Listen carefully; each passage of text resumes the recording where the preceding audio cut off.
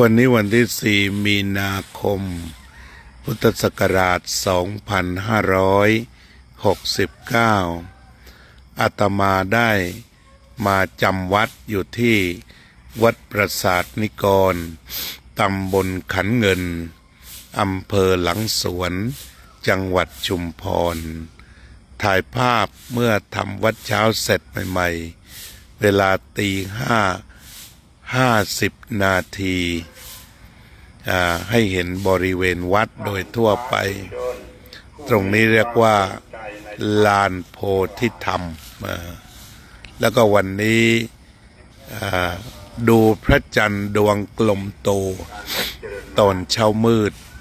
หลังจากที่เมื่อคืนนั้นถูกราหูอมจันทร์หรือจันทรุปราคา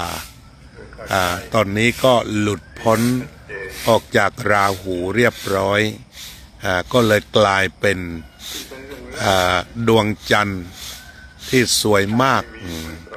เพราะฉะนั้นในบางคราวจิตถูกกิเลสครอบงำก็มืดมัวไปแต่หลังจากกิเลสผ่านไปก็กลับมาประพัดสอนเหมือนเดิมดวงจันทร์ตอนเช้าวันที่ 4ก็หลุดพ้นจากราหูไปแล้วผ่านจากจันทรุปราคาจากเงาโลกไปบังดวงจันทร์เรียบร้อยแล้วสวยมากเลยนำมาฝากญาติโยม